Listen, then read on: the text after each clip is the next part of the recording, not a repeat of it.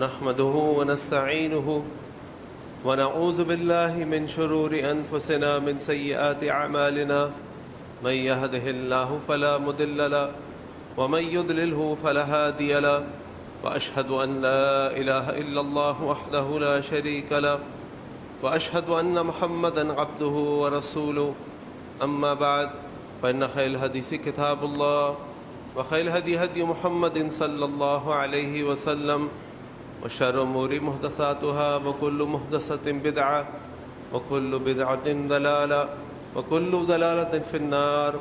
وقال الله تعالى: يا أيها الذين آمنوا اتقوا الله حق تقاته ولا تموتن إلا وأنتم مسلمون. وقال الله تعالى: يا أيها الناس اتقوا ربكم الذي خلقكم من نفس واحدة وخلق منها زوجها وبث منهما رجالا كثيرا ونساء واتقوا الله الذي تساءلون به والأرحام إن الله كان عليكم رقيبا. وقال الله تعالى: يا أيها الذين آمنوا اتقوا الله وقولوا قولا سديدا يصلح لكم أعمالكم ويغفر لكم ذنوبكم ومن يطع الله ورسوله فقد فاز فوزا عظيما.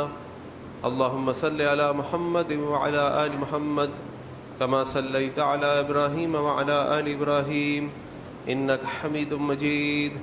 اللهم بارك على محمد وعلى آل محمد كما باركت على إبراهيم وعلى آل إبراهيم إنك حميد مجيد. وقال النبي صلى الله عليه وسلم: تركت فيكم أمرين لن تضلوا ما تمسكتم بهما کتاب اللہ و سنتی. رب اشرح لی صدری ویسر لی امری واحلل عقدۃ من لسانی یفقہوا قولی. سبحانک لا علم لنا الا ما علمتنا انک انت العلیم الحکیم. اللہم ارنا الحق حقا وارزقنا اتباعه وارنا الباطل باطلا وارزقنا اجتنابه. آمین یا رب العالمین. جب نبی کریم صلی اللہ علیہ وسلم کی وفات ہوئی تو حضرت ابو بکر صدیق رضی اللہ عنہ نے ایک تاریخی جملہ کہا. آپ نے فرمایا: من کان یعبد محمدا فإن محمدا قد مات ومن کان یعبد اللہ فإن اللہ حی لا يموت. جس نے اور جو محمد کی عبادت کرتا ہے تو وہ جان لے کہ محمد رسول اللہ صلی اللہ علیہ وسلم کا انتقال ہو گیا، اور جو اللہ کی عبادت کرتا ہے وہ جان لے کہ اللہ ہمیشہ سے زندہ ہے، ہمیشہ زندہ رہے گا، اور اللہ کو کبھی موت نہیں آئے گی. نبی کریم صلی اللہ علیہ وسلم کی وفات مسلمانوں کے لیے سب سے بڑا سانحہ، سب سے بڑا حادثہ، سب سے بڑی مصیبت تھی. لیکن ہم میں سے اکثر لوگ نہ اس کا احساس کرتے ہیں، نہ اس کی اہمیت کو سمجھتے ہیں، بلکہ انسانوں کی اکثریت تو نبی کریم صلی اللہ علیہ وسلم کے پیغام سے ہی انکاری ہے. نبی کریم صلی اللہ علیہ وسلم کے انتقال کے ساتھ جو تین بڑی اہم چیزیں جڑی ہوئی ہیں، ان میں سے ایک کہ جب تک نبی کریم صلی اللہ علیہ وسلم زندہ تھے، یا آپ صلی اللہ علیہ وسلم کی جو سیرت ہے وہ ہم سب کے لیے زندگی گزارنے کے لیے ایک بہترین نمونہ ہے. انسان اپنی زندگی میں کسی بھی جگہ تکلیف میں آ جائے، پریشانی میں آ جائے، مسائل میں آ جائے، چاہے اس کے گھر کے مسائل ہوں، کاروبار کے مسائل ہوں، رشتہ داری کے مسائل ہوں، ذاتی مسائل ہوں، صحت کے مسائل ہوں، نفسیاتی مسائل ہوں، ان تمام مسائل سے نکلنے کے لیے جو بہترین راستہ انسان حاصل کر سکتا ہے وہ نبی کریم صلی اللہ علیہ وسلم کی سنت ہے. اس لیے امام مالک رحمہ اللہ نے فرمایا: السنۃ کسفینۃ نوح. جو نبی کریم صلی اللہ علیہ وسلم کی سنت ہے وہ نوح علیہ السلام کی کشتی کی طرح ہے. جو اس کشتی پر سوار ہو گیا وہ نجات پا گیا. دوسری چیز کہ جب ہم اپنی زندگی گزار رہے ہوتے ہیں تو ہمیں بہت ساری تکالیف، پریشانیوں کا سامنا کرنا پڑتا ہے، اور بعض اوقات ہمارا ایمان کمزور ہو جاتا ہے، ہم ہمت ہار دیتے ہیں. اللہ اور اس کے رسول کی باتوں کو چھوڑ دیتے ہیں، تو نبی کریم صلی اللہ علیہ وسلم کی ذات، ان کی سیرت ہمارے لیے بہترین نمونہ ہے کہ اللہ کے نبی نے فرمایا ایک موقع پہ کہ اگر کسی کو تکلیف پریشانی ہو تو یاد رکھے کہ سب سے زیادہ تکلیف پریشانیاں مجھے آئی ہیں۔ آپ صلی اللہ علیہ وسلم کی زندگی کو دیکھ لیجئے، ابھی موقع نہیں اس تفصیل میں جانے کا، اور آپ صلی اللہ علیہ وسلم کی بیماری کو دیکھ لیجئے کہ آپ کی بیماری، آپ نے فرمایا کہ مجھے جو بخار ہوتا ہے وہ تمہارے جیسے 2 لوگوں کی طرح ہوتا ہے، اور ایک روایت میں آتا ہے کہ 10 لوگوں کی طرح ہوتا ہے۔ تو آپ صلی اللہ علیہ وسلم کی جو تکلیف تھی، جس تکلیف سے وہ گزرے اپنے انتقال کے وقت، وہ انتہائی شدید تھی، جس کا ہم تصور بھی نہیں کر سکتے۔ اور تیسری بڑی رحمت نبی کریم صلی اللہ علیہ وسلم کی زندگی کے ساتھ یہ تھی کہ جب تک نبی کریم صلی اللہ علیہ وسلم زندہ تھے، اللہ تعالیٰ اس قوم پر عذاب نہیں بھیجتے جس پہ نبی کریم صلی اللہ علیہ وسلم زندہ تھے، رسول ہوتے ہیں۔ وہ قوم استغفار کرتی ہے، اور اگر وہ قوم کوئی غلطی کرتی تو اللہ اپنی وحی بھیجتے، اس قوم کی اصلاح فرما دیتے۔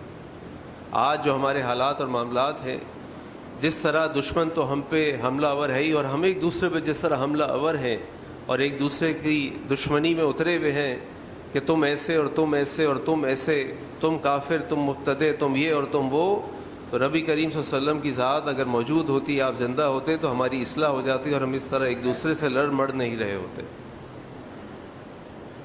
ہم نبی کریم صلی اللہ علیہ وسلم کی زندگی کے بارے میں تو ان کی زندگی کے مختلف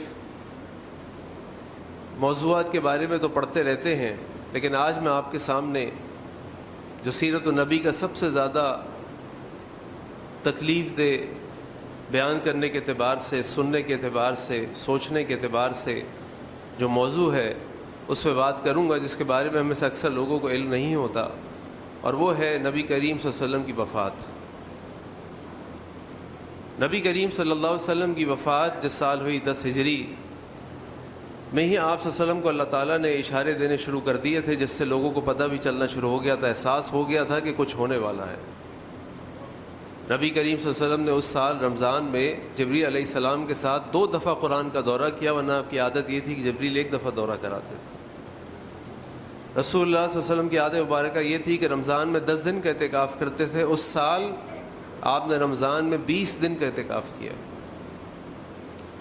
جب نبی کریم صلی اللہ علیہ وسلم حج کے موقع پر گئے تو آپ صلی اللہ علیہ وسلم نے لوگوں سے کہا، خذوا عنی مناسککم، لوگوں مجھ سے حج کے طریقے سیکھ لو، مجھے نہیں معلوم کہ اگلے سال میں تمہارے ساتھ ہوں گا کہ نہیں ہوں گا۔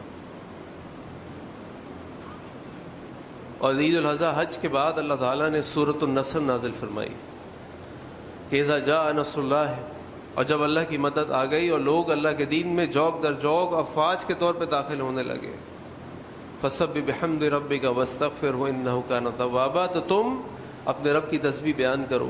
یعنی ایک طریقے سے اللہ تعالیٰ اشارہ دے رہے ہیں کہ تمہارا مشن پورا ہو گیا ہے، تمہارا واپسی کا وقت آ گیا ہے۔ اور پھر سفر کی 29 تاریخ کو نبی کریم صلی اللہ علیہ وسلم ایک جنازے میں شرکت کے لیے بقیع گئے۔ واپس آئے تو نبی کریم صلی اللہ علیہ وسلم کو بخار محسوس ہوا، اور بخار کی شدت بڑھنے لگی، یہاں تک کہ نبی کریم صلی اللہ علیہ وسلم کے ساتھ بھی جو شخص بیٹھا ہوتا تھا وہ بھی اس شدت کو محسوس کرنے لگا۔ بہرحال یہ طبیعت نہیں سنبھلی اور دن اسی طرح آگے بڑھتے رہے۔ آپ صلی اللہ علیہ وسلم بیماری کے دنوں میں پوچھتے رہے، کل میں کہاں ہوں گا، کل میں کہاں رہوں گا، کل کس بیوی کی باری ہے۔ اور امہات المومنین سمجھ گئیں کہ اللہ کے نبی صلی اللہ علیہ وسلم ماں عائشہ کے ساتھ رہنا چاہتے ہیں۔ آپ نے کہا، امہات المومنین نے کہا، اللہ کے نبی صلی اللہ علیہ وسلم جہاں آپ کی مرضی ہو آپ رہیے۔ اور نبی کریم صلی اللہ علیہ وسلم نے ماں عائشہ کے حجرے میں رہنا پسند کیا۔ اس طرح کئی دن بیماری میں گزر گئے، یہاں تک کہ بیماری سے 5 دن قبل بدھ کا دن آ گیا۔ نبی کریم صلی اللہ علیہ وسلم ظہر کی نماز کے لیے باہر نکلے، آپ کی بخار کی شدت بڑھتی چلی گئی۔ آپ نے پانی منگوایا، پانی میں غسل کیا، اس کے بعد ہمت کر کے باہر نکلے اور باہر جا کے ممبر پر بیٹھ گئے اور لوگوں سے خطاب کیا اور کہا، لعن اللہ یہود والنصارى، اللہ تعالیٰ کی لعنت ہو یہود و نصارہ کے اوپر، اتخذوا قبور انبیاءہم مساجدا، انہوں نے اپنے انبیاء کی قبروں کو مسجد بنا لیا، یعنی اپنی انبیاء کی قبروں کو پکا کیا، ان کو بلند کیا، اس کے بعد جا کے عبادات کرنی شروع کر دیں، اور آج ہماری قوم بھی اسی کے اندر ہے۔ اللہ تعالیٰ اللہ کے نبی صلی اللہ علیہ وسلم نے کہا اللہ کی لعنت ہو ایسے لوگوں کے اوپر، اور پھر رسول اللہ صلی اللہ علیہ وسلم نے اس طرح کی اور باتیں کی، اور پھر اعلان کیا کہ اگر میں نے کسی کے ساتھ کوئی معاملہ کیا ہے تو مجھ سے آج قصاص لے لو، مجھ سے بدلہ لے لو۔ ایک شخص کھڑا ہوا اور کہنے لگا کہ اللہ کے نبی صلی اللہ علیہ وسلم آپ کے ذمے میری کچھ رقم ہے وہ ادا کر دیجئے، اور نبی کریم صلی اللہ علیہ وسلم نے حضرت فضل کو حکم دیا فضل اس کی رقم اس کو ادا کر دو۔ اس کے بعد نبی کریم صلی اللہ علیہ وسلم نے بات فرمائی کہ اللہ تعالیٰ نے اپنے بندے کو اختیار دیا ہے، وہ چاہے تو اس دنیا کے مال و متاع سے فائدہ اٹھائے یا اپنے اللہ کے پاس آ جائے، اپنے رب کے پاس آ جائے، اور بندے نے اپنے رب کے پاس جانے کو پسند کیا۔ صحابہ کرام فرماتے ہیں کہ ہم نے ابو بکر کو دیکھا تو ابو بکر اللہ کے نبی کو دیکھ کے کہنے لگے فداک ابی و امی یا رسول اللہ، فداک ابی و امی یا رسول اللہ، اور رونے لگے۔ اور ہم لوگوں سے آپس میں کہنے لگے انظروا ھذا الشیخین، دیکھو اس بوڑھے شخص کو، یہ کیوں رو رہا ہے؟ اللہ کے نبی تو ایک بات کر رہے ہیں کہ اللہ نے ایک بندے کو اختیار دیا کہ وہ چاہے تو دنیا کی نعمتوں کو پسند کر لے یا اپنے رب کے پاس جو ہے اس کو پسند کر لے، اس میں رونے کی کیا بات ہے؟ اور ابو بکر صدیق رضی اللہ عنہ سمجھ گئے کہ اللہ کے نبی صلی اللہ علیہ وسلم اپنے بارے میں یہ بات کر رہے ہیں، اور اللہ کے نبی صلی اللہ علیہ وسلم نے اس بات کو اختیار کیا کہ میں اپنے رب کے پاس چلا جاؤں، اور آپ رونے لگے کیونکہ آپ ابو بکر صدیق نبی کریم صلی اللہ علیہ وسلم سے محبت کرتے تھے۔ اصل میں مسئلہ یہ ہے کہ یہ احساس، یہ تعلق ہمارا نہیں ہے، ہم اس کو محسوس نہیں کر سکتے کیونکہ ہم تو اپنی چھوٹی چھوٹی سی چیزوں کے اوپر اللہ اس کے رسول کو چھوڑ دیتے ہیں۔ ہم یہ کیسے احساس کر سکتے ہیں؟ ابو بکر صدیق رضی اللہ عنہ نے اپنا سب کچھ چھوڑ دیا، اللہ کے نبی صلی اللہ علیہ وسلم کے دفاع کے لیے اپنا گھر، اپنا مال، اپنی اولاد سب کچھ چھوڑ دیا، اور اس موت کے سفر پر نکل گیا جو ہجرت کا سفر تھا، کہ جانتے تھے کہ اگر انہوں نے ہمیں پکڑ لیا تو نہیں چھوڑیں گے، لیکن اللہ کے نبی صلی اللہ علیہ وسلم کے ساتھ کو نہیں چھوڑا۔ جو کچھ تھا ہمیشہ اللہ کے نبی کے لیے پیش کیا، اور اللہ کے نبی نے فرمایا صلی اللہ علیہ وسلم کہ جتنا فائدہ مجھے ابو بکر کے مال نے دیا کسی اور نے نہیں دیا، جتنا ساتھ میرا ابو بکر نے دیا کسی اور نے نہیں دیا۔ اگر میں اپنے رب کے علاوہ کسی کو خلیل بناتا تو ابو بکر کو بناتا رضی اللہ عنہ۔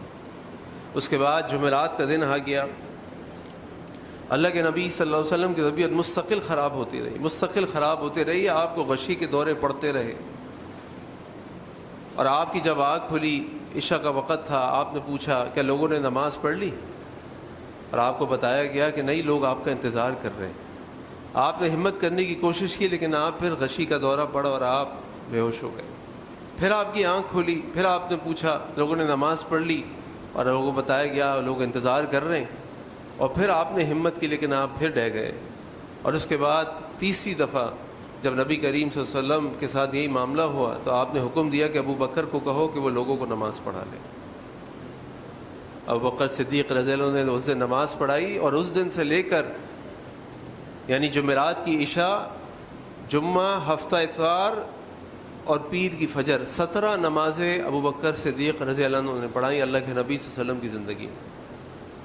اللہ کے نبی صلی اللہ علیہ وسلم کا مرض بڑھتا گیا۔ اس درمیان اماں عائشہ نے کئی دفعہ اللہ کے نبی سے کہا کہ اللہ کے نبی صلی اللہ علیہ وسلم آپ میرے والد کے علاوہ کسی اور کو حکم دے وہ نماز پڑھائے، میرے والد کے علاوہ کسی اور کو حکم دے۔ اللہ کے نبی نے چپ کرا دیا کہ نہیں، تم یوسف علیہ کی طرح مت بنو، تم ایسا کام نہ کرو، ابو بکر ہی پڑھائیں گے، اور ابو بکر ہی نمازیں پڑھاتے رہے۔ پھر جب پیر کا دن آیا، ہفتہ یا اتوار کے دن کے بعد روایات میں آتا ہے کہ اللہ کے نبی صلی اللہ علیہ وسلم ظہر کی نماز کے لیے باہر نکلے، لوگوں نے دیکھا، ابو بکر نے دیکھا تو وہ پیچھے ہو گئے۔ اللہ کے نبی نے اشارہ کیا، اللہ کے نبی صلی اللہ علیہ وسلم ابو بکر صدیق کے برابر جا کر بیٹھ گئے۔ ابو بکر صدیق رضی اللہ عنہ لوگوں کی امامت کرا رہے تھے، اللہ کے نبی صلی اللہ علیہ وسلم کے پہلو میں آ کے کھڑے ہو گئے۔ اللہ کے نبی صلی اللہ علیہ وسلم امامت کرانے لگے، لیکن چونکہ آپ تکلیف میں تھے، بخار میں تھے، کمزوری میں تھے، تو آپ نماز پڑھ رہے، ابو بکر ان کی اقتداء کر رہے، زور سے تکبیرات کہہ رہے، اور لوگ ابو بکر کی اقتداء کرتے رہے۔ اور پھر اللہ کے نبی صلی اللہ علیہ وسلم اپنے گھر میں واپس چلے گئے، اور پھر اپنے گھر سے واپس نہیں آئے۔ پیر کا دن ہوا، صبح فجر کی نماز کا وقت تھا، اللہ کے نبی صلی اللہ علیہ وسلم نے اپنے گھر کا پردہ اٹھایا، اپنے کمرے کا پردہ اٹھایا، اور آپ نے دیکھا ہے کہ جو لوگ مسجد نبوی گئے ہیں اور روضہ مبارک پر گئے ہیں تو جس جگہ اللہ کے نبی صلی اللہ علیہ وسلم کا روضہ ہے وہ اماں عائشہ کا حجرہ تھا۔ اماں عائشہ کا حجرہ اور ممبر بالکل آمنے سامنے ہیں، اللہ کے نبی صلی اللہ علیہ وسلم نے پردہ اٹھایا اور دیکھا کہ مسلمان نماز پڑھ رہے ہیں تو اللہ کے نبی صلی اللہ علیہ وسلم کے چہرے پہ مسکراہٹ آ گئی۔ اب آپ سوچئے فجر کا وقت ہو اور اللہ کے نبی صلی اللہ علیہ وسلم ہماری مسجدوں میں سے کسی مسجد کی طرف دیکھ رہے ہوں اگر، اور ہماری مسجدوں کا حال دیکھیں اور ہمارے گھروں کے حال دیکھیں کہ مسجدوں کے بجائے ہمارے کمرے بھرے ہوئے ہیں، ہم سو رہے ہیں، آرام کر رہے ہیں، لیکن مسجد میں نہیں آ سکتے۔ اللہ کے نبی صلی اللہ علیہ وسلم کے لیے نماز کی کتنی اہمیت تھی، اور آپ جتنی بھی واقعات پڑھیں گے اللہ کے نبی صلی اللہ علیہ وسلم کے بارے میں، روایات پڑھیں گے کہ آپ کے آخری ایام، آپ کے آخری الفاظ، آپ کے آخری دن، سب میں آپ دیکھیں گے بار بار نمازوں کا ذکر ہوگا۔ آپ اس نماز کے لیے نکلے، آپ اس نماز کو نہیں پڑھا سکے، اتنی نمازیں ابوبکر نے پڑھائیں، آپ نے آخری نماز فجر کی دیکھی جب مسلمان پڑھ رہے تھے۔ نماز کی اہمیت کو سمجھیں، یہ سب سے پہلی چیز ہے، یہ سب سے پہلی چیز ہے کہ مسلمان کے اسلام کو ثابت کرنے کے لیے سب سے پہلی چیز یہ ہے کہ وہ نماز پڑھنے والا ہو۔ آپ کسی غیر ملکی معاشرے میں چلے جائیں، امریکہ میں چلے جائیں، نیو یارک میں چلے جائیں، کسی اسٹریٹ پہ آپ چل رہے ہوں، کہیں سے اذان کی آواز آ جائے، وہاں کا نیلے پیلے کالے گورے سب نظر آتے ہیں۔ جو شخص مسجد کے دروازے میں داخل ہو رہا ہوگا آپ کہیں گے یہ مسلمان ہے، اور جو شخص مسجد کے دروازے میں داخل نہیں ہو رہا ہوگا آپ کہیں گے یہ مسلمان نہیں ہوگا۔ لیکن آج افسوس ہم مسلمانوں کے ملک کے اندر رہتے ہیں، ہر طرف چاروں طرف مسلمان ہیں، اذانوں کی آوازیں ہر طرف سے ہمارے کانوں میں آ رہی ہوتی ہیں، لیکن پھر بھی ہم مسلمان مسجد کے دروازوں سے گزر جاتے ہیں اور مسجد میں آنے کو تیار نہیں ہوتے۔ اللہ کے نبی صلی اللہ علیہ وسلم نے جب مسلمانوں کو نماز پڑھتے دیکھا تو آپ خوش ہو گئے۔ مسلمانوں نے آپ صلی اللہ علیہ وسلم کو دیکھا کہ آپ صلی اللہ علیہ وسلم مسجد کی طرف دیکھ رہے ہیں تو وہ بھی خوش ہو گئے۔ اللہ کے نبی صلی اللہ علیہ وسلم نے اشارہ کیا نماز پڑھتے رہو۔ صحابہ اس بات پہ خوش ہو گئے کہ اللہ کے نبی کی طبیعت بہتر ہو گئی ہے، اللہ کے نبی کو صحت مل رہی ہے، اللہ کے نبی صلی اللہ علیہ وسلم دوبارہ ہمارے درمیان باہر آنے والے ہیں۔ اور اس کے بعد مسلمان اپنے کاموں میں لگ گئے، لیکن اللہ کے نبی صلی اللہ علیہ وسلم کی بخار کی شدت بڑھتی گئی، بڑھتی گئی، بڑھتی گئی، بڑھتی گئی، یہاں تک کہ عائشہ فرماتی ہیں کہ اللہ کے نبی صلی اللہ علیہ وسلم نے ویسے ہی پیر کا دن تھا، اتوار کے دن ان کے بعد جو غلام تھے ان کو آزاد کر دیا، ان کے پاس جو کچھ درہم دینار تھے وہ اللہ کے راستے میں وقف کر دیے، جو ہتھیار تھے وہ مسلمانوں میں بانٹ دیے، اپنے تمام معاملات کو برابر کر دیا۔ اور پھر پیر کے دن جب یہ صبح فجر کی نماز کا وقت گزر گیا تو اللہ کے نبی صلی اللہ علیہ وسلم کی جب شدت بڑھ گئی تو میں نے آپ صلی اللہ علیہ وسلم کو اپنے پہلو پہ لٹا لیا، اور اس بات پر وہ فخر کرتی ہیں کہ اللہ کے نبی صلی اللہ علیہ وسلم کا انتقال میرے پہلو میں ہوا۔ اللہ کے نبی صلی اللہ علیہ وسلم کے زبان مبارک پہ جو آخری لعاب تھا وہ میرا لعاب تھا کہ عبد الرحمن ان کے بھائی مسواک کرتے ہوئے گھر میں داخل ہوئے، اللہ کے نبی صلی اللہ علیہ وسلم نے ان کو مسواک کرتے دیکھا، اور مسواک کرتے دیکھ کے مسواک کی طرف دیکھنے لگے تو اماں عائشہ سمجھ گئیں کہ اللہ کے نبی مسواک کرنا چاہتے ہیں، اور اس سے ہمیں پتہ چلتا ہے کہ اللہ کے نبی صلی اللہ علیہ وسلم کو مسواک سے کتنی محبت ہے۔ آج ہمیں مسواک سے کتنی محبت۔ اماں عائشہ فرماتی ہیں کہ میں نے اس بھائی سے مسواک کو لیا، اپنے دانتوں سے اس مسواک کو نرم کیا، اور پھر اللہ کے نبی صلی اللہ علیہ وسلم کے دانتوں پہ اس مسواک کو ملا۔ تو آخری لعاب جو اللہ کے نبی کے زبان مبارک پہ لگا وہ میرا لعاب تھا۔ اور اس سے پتہ چلتا ہے، علماء لکھتے ہیں کہ ایک شوہر اور بیوی کا تعلق کتنا مضبوط ہونا چاہیے، کتنا محبت بھرا ہونا چاہیے، کہ آخری وقت ہے، اپنی بیوی کے ساتھ رہنا چاہتے ہیں، اپنی بیوی کے کمرے میں ہیں، بیوی کے پہلو پر ہیں، اور اس حال میں اللہ کے پاس گئے کہ اپنی بیوی کے ساتھ ہیں۔ اللہ اکبر۔ اللہ تعالیٰ ہمارے گھروں کے اندر محبتوں کو بڑھا دے، آمین۔ اماں عائشہ فرماتی ہیں کہ اللہ کے نبی صلی اللہ علیہ وسلم نے حضرت فاطمہ کو بلایا، حضرت فاطمہ کے کان میں کوئی سرگوشی کی تو اماں فاطمہ رضی اللہ عنہ رونے لگی۔ اس کے بعد اللہ کے نبی صلی اللہ علیہ وسلم دوبارہ اماں فاطمہ کے کان میں سرگوشی کی تو اماں فاطمہ ہنسنے لگی، مسکرائیں۔ جب اللہ کے نبی صلی اللہ علیہ وسلم کا انتقال ہو گیا، اماں عائشہ فرماتی میں نے فاطمہ سے پوچھا فاطمہ اللہ کے نبی نے تم سے کیا بات کہی؟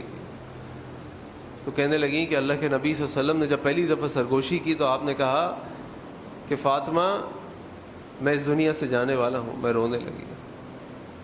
اور جب دوسری دفعہ سرگوشی کی تو کہا کہ فاطمہ سب سے پہلے میرے گھر والوں میں سب سے پہلے جس سے میری ملاقات ہوگی وہ تم ہوگی. تو میں اس پہ خوش ہو گئی کہ میں اپنے والد کے بغیر کیسے رہوں. ہم اللہ کے نبی صلی اللہ علیہ وسلم نے اپنے نواسوں کو بلایا، حسن حسین رضی اللہ عنہما کو، ان کو پیار کیا اور ان کو پیار کر کے خوش ہو گئے.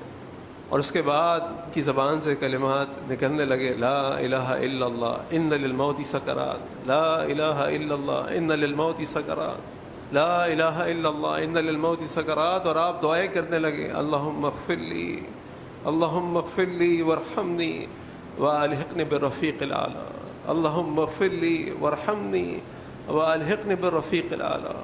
اے اللہ مجھے معاف کر دیجیے، اے اللہ مجھ پر رحم فرما دیجیے، اے اللہ میں آپ سے ملنا چاہتا ہوں اور رفیق الاعلیٰ مجھے اپنے ساتھ بلا لیجیے. اللہ اکبر. اور اللہ کے نبی صلی اللہ علیہ وسلم کی روح ان کے جسم مبارک سے نکل گئی اور اللہ کے نبی صلی اللہ علیہ وسلم کا انتقال ہو گیا. اس کے بعد جب صحابہ کو یہ بات پتہ چلی تو صحابہ کے پاؤں سے زمین نکل گئی، صحابہ پریشان ہو گئے، صحابہ کو یقین ہی نہیں آیا. حضرت عمر بن خطاب رضی اللہ عنہ نے اعلان کر دیا کہ منافقین کہتے ہیں کہ اللہ کے نبی صلی اللہ علیہ وسلم کا انتقال ہو گیا. ایسا نہیں ہو سکتا، اللہ کے نبی صلی اللہ علیہ وسلم تو موسیٰ بن عمران کی طرح اللہ سے ملاقات کے لیے گئے. اور اگر کسی نے ایسے کہا کہ اللہ کے نبی صلی اللہ علیہ وسلم کا انتقال ہو گیا تو میں اس کی گردن اڑا دوں گا. اتنے ابوبکر صدیق رضی اللہ عنہ تشریف لائے اور آ کے اپنی بیٹی اماں عائشہ کے گھر کے اندر داخل ہو گئے. اللہ کے نبی صلی اللہ علیہ وسلم کے اوپر چادر تھی، آپ نے چادر اٹھائی اور چادر اٹھا کر اللہ کے نبی صلی اللہ علیہ وسلم کو بوسہ دیا. اور یہیں سے ہمیں سنت کا پتہ چلتا ہے. ویسے تو اللہ کے نبی صلی اللہ علیہ وسلم حضرت عثمان بن مظعون رضی اللہ عنہ کو بھی بوسہ دیا تھا اور آپ ان کی وفات پہ اتنا روئے تھے کہ آپ کی داڑھی تر ہو گئی اور آپ کے آنسو حضرت عثمان کے اوپر گرنے لگے. یہاں پہ ابوبکر صدیق رضی اللہ عنہ نے اللہ کے نبی صلی اللہ علیہ وسلم کو بوسہ دیا، جس سے ہمیں پتہ چلتا ہے کہ کسی میت کو بھی بوسہ دیا جا سکتا ہے. ابوبکر صدیق رضی اللہ عنہ باہر نکلے اور دیکھا کہ عمر یہ شور مچا رہے ہیں. عمر یہ بات بار بار کہہ رہے ہیں کہ اگر کسی نے یہ کہا کہ اللہ کے نبی کا انتقال ہو گیا تو میں اس کی گردن اڑا دوں گا. اللہ کے نبی کا انتقال نہیں ہوا. اللہ کے نبی حضرت ابوبکر صدیق عمر سے کہا عمر رک جاؤ. عمر نے کوئی بات نہیں سنی اور پھر فرمایا علی رسلک یا عمر، بیٹھ جاؤ عمر. اور پھر ابوبکر صدیق نے خطاب کرنا شروع کیا، من کان یعبد محمدا فإن محمدا قد مات. جو محمد کی عبادت کرتا ہے وہ جان لے کہ محمد رسول اللہ صلی اللہ علیہ وسلم کا انتقال ہو گیا، وہ اس دنیا سے چلے گئے. ومن کان یعبد اللہ، اور جو اللہ کی عبادت کرتا ہے، فإن اللہ حی لا یموت، بے شک اللہ تعالیٰ ہمیشہ زندہ رہنے والا ہے، اس کو کبھی موت نہیں آئے گی. اور پھر آپ نے آیت پڑھی سورہ آل عمران کی، وما محمد الا رسول قد خلت من قبلہ الرسل افإن مات او قتل انقلبتم على اعقابکم ومن ينقلب على عقبیہ فلن یضر اللہ شیئا. کہ محمد نہیں تھے مگر ایک رسول جیسے اور رسول گزرے اس سے پہلے، اگر وہ مر جائیں یا قتل کر دیے جائیں تو کیا تم اسلام کو چھوڑ کے اپنے ایریوں میں پلٹ جاؤ گے؟ اگر تم ایسا کرو گے تو تم اللہ کو کوئی نقصان نہیں پہنچا سکتے، تم اللہ کو کوئی نقصان نہیں پہنچا سکتے. عمر بن خطاب فرماتے ہیں کہ مجھے ایسا لگا کہ یہ آیت ابھی نازل ہوئی. وہ کہتے ہیں کہ میری ٹانگوں سے جان نکل گئی، میں نیچے گر گیا اور مجھے یقین ہو گیا اس بات کا جو ابوبکر صدیق رضی اللہ عنہ کہہ رہے تھے، اور اللہ کے نبی صلی اللہ علیہ وسلم کا انتقال ہو گیا. اللہ کے نبی صلی اللہ علیہ وسلم تو اس دنیا سے چلے گئے، لیکن اللہ کے نبی صلی اللہ علیہ وسلم کا پیغام قیامت تک اس دنیا میں رہے گا. اللہ کے نبی صلی اللہ علیہ وسلم کی زندگی ہمارے لیے اسوہ ہے. اللہ کے نبی صلی اللہ علیہ وسلم کا مشن ہمارا مشن ہے، اور اللہ کے نبی صلی اللہ علیہ وسلم کی دعائیں ہمارے لیے ہوتی تھی. حضرت انس بن مالک رضی اللہ عنہ فرماتے ہیں کہ مدینے میں جو سب سے منور ترین دن تھا، روشن ترین دن تھا، وہ تھا جس دن نبی کریم صلی اللہ علیہ وسلم مدینہ ہجرت کر کے آئے. اور مدینے کا سب سے تاریک دن وہ تھا جس دن نبی کریم صلی اللہ علیہ وسلم کا انتقال ہوگا. اللہ تعالی ہم سب کو نبی کریم صلی اللہ علیہ وسلم کی سنتوں پر اور ان کے دین پر عمل کرنے کی توفیق عطا فرمائے. آخر دعوانا ان الحمد للہ رب العالمین.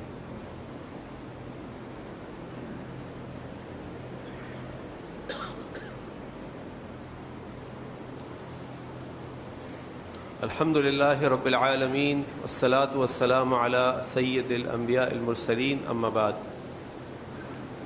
نبی کریم صلی اللہ علیہ وسلم اللہ کے رسول تھے اور معصوم عن الخطا تھے، لیکن ساری رات اٹھ کر اللہ کی عبادت کرتے تھے اور ہم سب کے لیے اللہ تعالیٰ سے رحم کی دعائیں کرتے تھے، رحم کی اپیلیں کرتے تھے، ہماری معافی کے طلبگار تھے۔ لیکن اگر آج ہم اپنے طرز عمل کو دیکھیں تو ہم نے یکسر نبی کریم صلی اللہ علیہ وسلم کی تعلیمات کو بھلا دیا۔ آج ہم ان کا نام لینے کو تو تیار ہیں، لیکن ان کی نام کی لاج رکھنے کو تیار نہیں ہیں۔ آج ہم ان کے قصیدے بیان کرنے کو تو تیار ہیں، لیکن ان کی سنت پر عمل کرنے کو تیار نہیں ہیں۔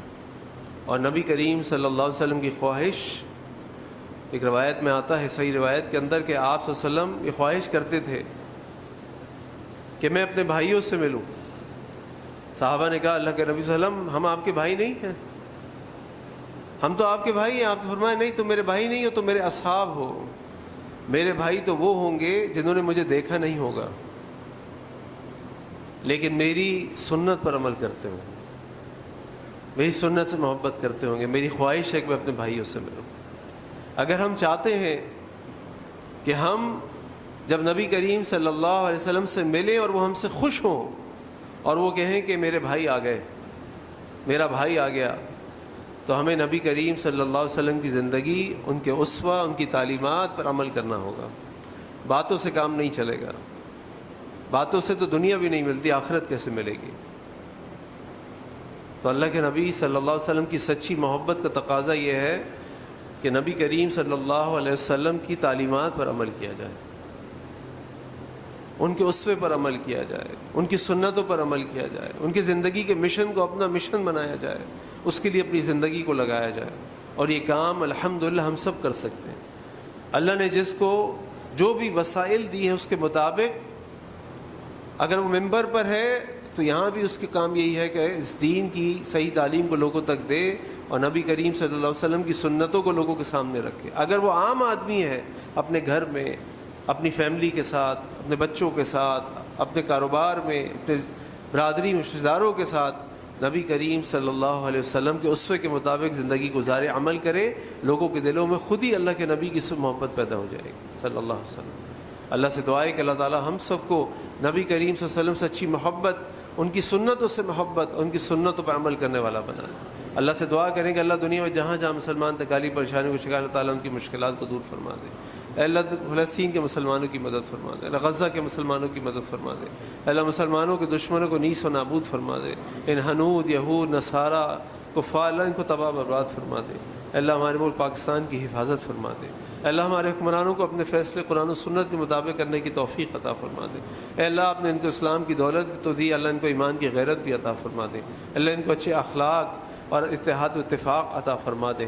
اے اللہ ہمارے شہر کراچی کی حفاظت فرما دے، ہمارے جان و مال و عزتوں کی حفاظت فرما دے۔ ہمارے شہر کو کوئی ایسا ولی وارث دے دیں جو شہر کو اپنا شہر سمجھے، شہر کی خدمت کرے اور اس شہر کو رہنے کے قابل بنا دے۔ اے اللہ ہمیں نیک اولاد بنا دے، نیک اولاد عطا فرما دے۔ اے اللہ ہمیں اپنے والدین کے لیے صدقہ جاریہ بنا دے۔ اے اللہ ان کی آنکھوں کی ٹھنڈک بنا دے۔ اے اللہ ہماری اولادوں کو بھی ہماری آنکھوں کی ٹھنڈک بنا دے۔ اے اللہ ان کو ہمارے لیے صدقہ جاریہ بنا دے۔ اے اللہ ہمیں 5 وقت کی نماز باجماعت مسجد میں پڑھنے والا بنا دے۔ اے اللہ جس طرح آج جمعے کے دن ہم سب کھڑے ہیں، جگہ نہیں ہے پھر بھی کھڑے انتظار میں کہ نماز پڑھنی ہے، اے اللہ یہ حرص نماز کی، یہ شوق نماز کا، یہ محبت نماز کی، اللہ 5 وقت کی نمازوں کے لیے پیدا فرما دے۔ اے اللہ میں باقاعدگی سے قرآن کریم کی تلاوت کی توفیق عطا فرما دے، نفلی روزے و صدقات کرنے اور رکھنے کی توفیق عطا فرما دے۔ اے اللہ ہر قسم کے شرک، بدعت اور ریاکاری سے بچا لے۔ اے اللہ نبی کریم صلی اللہ علیہ وسلم سے اچھی محبت، سنتوں سے محبت، ان کی سنتوں پر عمل کرنے والا بنا دے۔ اے اللہ تمام بیماروں کو شفا کامل عاجل عطا فرما دے۔ اے اللہ جو گھروں میں، اسپتالوں میں، سب کو شفا کامل عاجل عطا فرما دے۔ اے اللہ تمام مرحومین جو حالت ایمان میں دنیا سے رخصت ہو چکے ہیں، اللہ تعالیٰ ان کی مغفرت فرما دے۔ اے اللہ ہم سب کو جب تک زندہ رکھا اسلام پہ زندہ رکھ، جب ہمارا خاتمہ حالت ایمان پہ ہمارا خاتمہ ہو۔ اے اللہ جو ہماری بہنیں بیٹیاں رشتوں کے انتظار میں، تعالیٰ ان کے نیک صالح رشتے بھیج دے۔ اے اللہ جو بیعت چکے ان کے گھروں کے اندر خوشیاں عطا فرما دے، ان کو ہر تکلیف و پریشانی سے بچا لے۔ اے اللہ ہمارے گناہوں کو معاف فرما دے۔ اے اللہ ہماری خطاؤں کو درگزر فرما دے۔ اے اللہ ہم آپ سے جو دعائیں کرتے ہیں اللہ تعالیٰ ان کو قبول فرما دے۔ اے اللہ جو لوگ بھی معاشی طور پہ پریشان ہیں، کاروبار کی وجہ سے پریشان ہیں، رزق کی تنگی کا سامنا کر رہے ہیں، تعالیٰ ان کے مال میں، ان کی زندگیوں میں برکت عطا فرما دے، ان کی مشکلات کو دور فرما دے۔ اے اللہ ہمارے گناہوں کو معاف فرما دے، اللہ ہماری خطاؤں کو درگزر فرما دے۔ ان اللہ یأمر بالعدل والإحسان وإیتاء ذی القربى وینہی عن الفحشاء والمنکر والبغی یعظکم لعلکم تذکرون۔ سبحان ربک رب العزۃ عما یصفون وسلام علی المرسلین والحمد للہ رب العالمین۔